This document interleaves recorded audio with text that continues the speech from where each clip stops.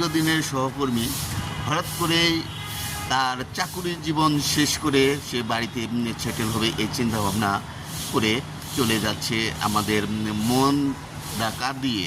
কিন্তু এই বিদায় লগ্নে আমার মুখে তেমন একটা ভাষা নেই। এই ভাইয়ের মুখে আমি দু একটা কথা শুনতে চাই। আপনি এই বিদায় লগ্নে আপনার অনুভূতিটা কেমন একটু বলবেন? আসলে আমার কোনো অনুভূতি নেই। আসলে আমার একটা স্বস্তির জন্য মনে করেন নিজের জায়গায় অনেক বছর মনে করেন চ্যানেলাইতে তো শেষ করলাম।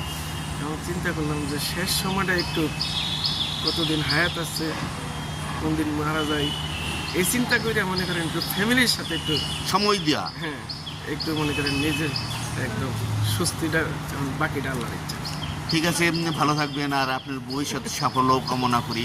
ফ্যামিলি নিয়ে, পরিবার নিয়ে খুব শান্তিতে সুখে বসবাস করেন। আল্লাহ হাফেজ, ভালো থাকবেন। ইনশাআল্লাহ ইনশাআল্লাহ।